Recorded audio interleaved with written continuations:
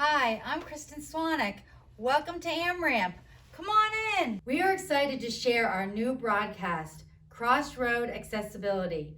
We are inviting professionals who are top in their field and come from a variety of backgrounds and organizations to sit down and speak with us.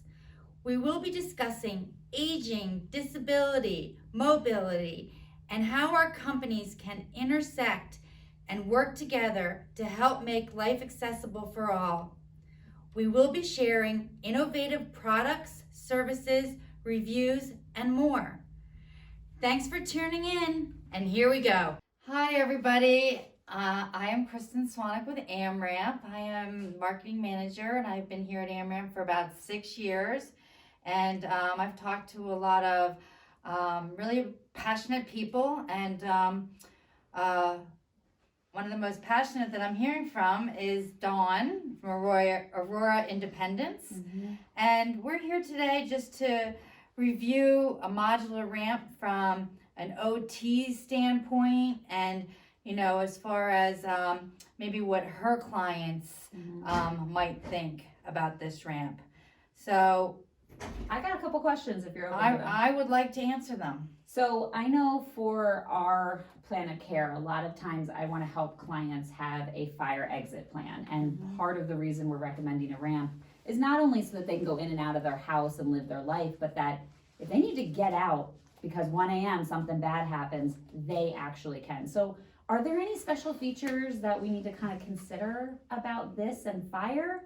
Yes, so the Amramp ramp is actually made of what a fire escape is made out of. Oh, cool. So God forbid anybody ever had to get out in a fire, they will have safe exit. Mm-hmm. There actually has been a few fires that have been documented, and the only thing that has been left standing is this Amramp. Really? That they got out on. That's huge. That's really huge, especially for clients who may be on hospital beds or bedridden. They got to have an exit plan. They have it's really hard to have that. Yes, I agree 100%. Really awesome. Yes. So. What about like the footing? Does it have to be on a certain type of texture or material in order to be installed? Tell me more. So, modular ramps are modular, which means that they go up kind of like an erector set, so they're customizable to people's homes.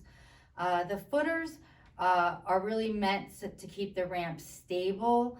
They can be adjusted a little bit for different surfaces to make the ramp level. Mm-hmm. Sometimes if part of the ramp needs to be on like a sidewalk and some of it is on grass, we use pavers to kind of make it so it doesn't sink in the grass. Gotcha. And to make it so that it is even.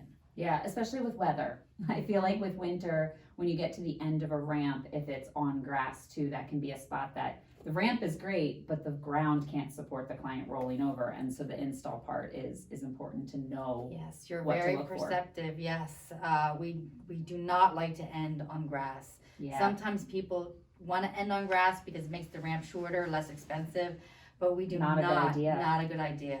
Yeah, especially for someone who's using the ramp often. That's a lot of impact where you're going to create a divot or pothole right before you get to the ramp, which then can minimize your ability to actually use it. So, very true. Yes. I've seen it all. Yeah.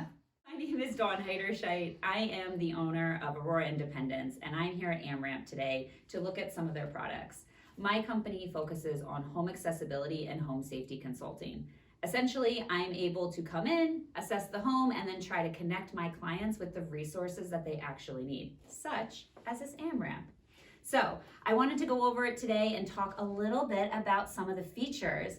I don't always get to play with the products once I've recommended them to clients, so it's fun to be able to come in here, trial them out a little bit to give my clients and you an idea of what I like and what you may like about this. So I'm in this great wheelchair. As I'm rolling over this modular ramp, it actually has the holes to accommodate some of like the weather, which I really enjoy because some of my clients have had ramps installed that get really slippery when it's rainy or when it's frozen in the middle of winter because we are in the Northeast and weather happens. So I love the idea that a good portion of the weather can actually fall through the ramp right now. Excellent safety feature. One of the other things that I really love is the railings. Because they're so close to each other, you can actually hold on to both while you're going up and down. So if you're somebody who is actually walking, this works great for you because you can always reach them. So one of the other things that I was surprised about when I actually got onto this ramp to use it is actually kind of how easy it is to roll over this texture.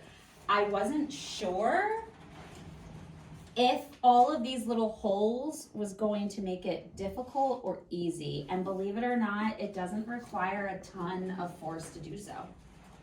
Even the spaces where they connect together, there might be a little bump, but it's nothing concerning. It's not too hard to go over, and it's really easy to use for the independent user.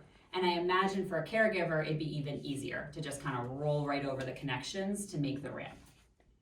So I have one more question for you. What if somebody only needs a ramp for a short time? So they've just gotten home from rehab, they have a temporary condition, but they need the ramp. Well, how do you guys handle that?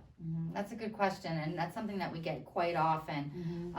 So we get a lot of calls for people that are in rehab and they're going home and they're not sure of, what their prognosis is going to be. So our ramps you can purchase or you can rent. And don't keep this information all to yourself. Share us on all your favorite social media sites. Thank you.